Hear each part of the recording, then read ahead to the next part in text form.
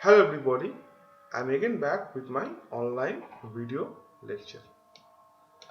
The topic that I'm going to teach you is interior of the earth. Now before I start my lecture, I have one request that if you like my video lecture, please do subscribe my channel.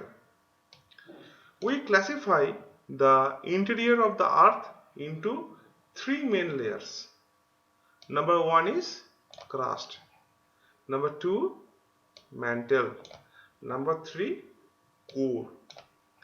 The outermost thin layer compared to mantle and core is known as crust. Now, what is the thickness of crust? The thickness of crust is 0 to 100 kilometer, and it is mainly made up of different type of rocks. The density of crust varies from 2.7 to 3.0 gram per centimeter cube, and it mainly consists of rocks like granite and basalt. So this is all about crust. After crust we have mantle. This layer lies in between crust and core, and it extends up to a depth of 2900 kilometer or 2900 kilometer. Mantle extends from the boundary of crust and mantle till the depth of 2900 kilometer. This particular layer, which is known as mantle, have the maximum volume in comparison to crust and core. Now, the density of mantle varies from 3.0 to 5.5 gram per centimeter cube, and it mainly consists of mixed silicates, metal like magnesium, iron and olefins. This is the composition of mantle. The thirdmost layer, which lie in the interior part of the earth and which is the densest layer, is known as core. The density of core varies from 13 to 15 gram per centimeter cube, and it extends from the boundary of mantle and core till the center of the earth, which is from 2900 kilometer to 6378 kilometer. Now, why the core is called as the densest layer within the interior of the earth? Because it mainly consists of heavy metals like iron and nickel, where outer core is liquid in nature and inner core is solid in nature. The liquid outer cores help in maintaining the magnetic field of earth. Around earth we have a magnetic field that acts as a shield, protect us from the meteors, from harmful solar flares. This magnetic field is because of liquid outer core of the earth. Now, what is lithosphere? The part of crust and uppermost solid mantle together is known as lithosphere. That means this part. This part is called lithosphere.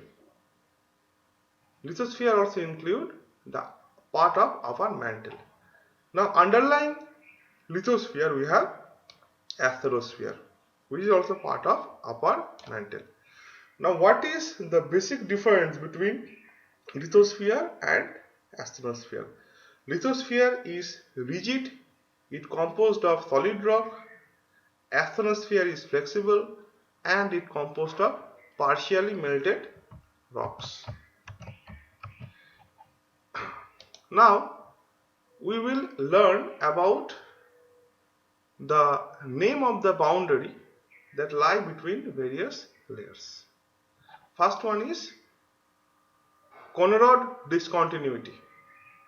It lies between upper and lower crust. Next one is Mohorovičić discontinuity. The boundary between lower crust and upper mantle is called Mohorovičić discontinuity. Repeated discontinuity. It is the boundary between upper and lower mantle. Then comes Gutenberg discontinuity, which lie in between lower mantle and outer core. And last one is Lehmann discontinuity, that lie in between outer core and inner core.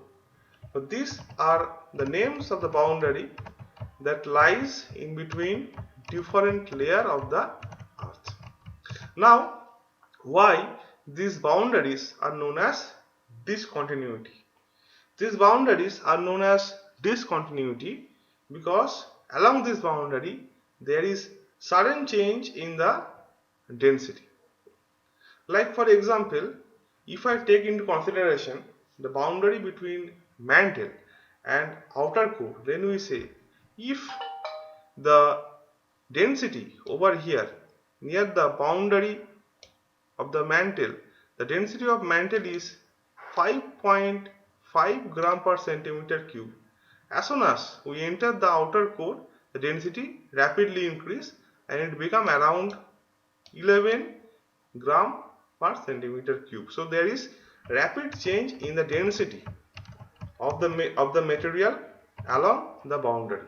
For that, these boundaries are known as discontinuity. Now we will learn a bit more about crust. We subdivide crust into two parts. First one is continental crust and second one is oceanic crust. Why it is called continental crust? Because these are the part of continent on which we live, that is land surface. And why it is called oceanic crust? Because this crust exists below the water bodies. Now if you observe here, the continental crust is known as Sial and the oceanic crust is known as Saimaa. The density of continental crust is 2.7, whereas the density of oceanic crust is 3.0 gram per centimeter cube. Now these continental crusts are not continuous. It is subdivided into a number of segments. Each segments are known as plates that undergoes movement with respect to each other. And as I said you that underlying the oceanic crust is mantle. Let me show you again.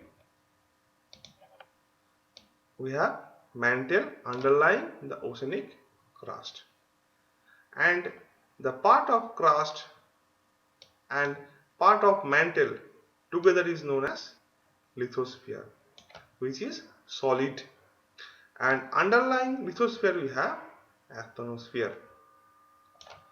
The word lithosphere means sphere of rock which is rigid and solid by nature.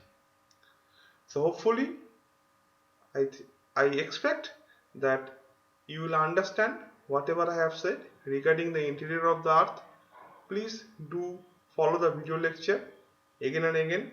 If you have any kind of problem in understanding, please do SMS me in my WhatsApp number, that is 6290811161, or you can text me in the comment box of the YouTube. Thank you.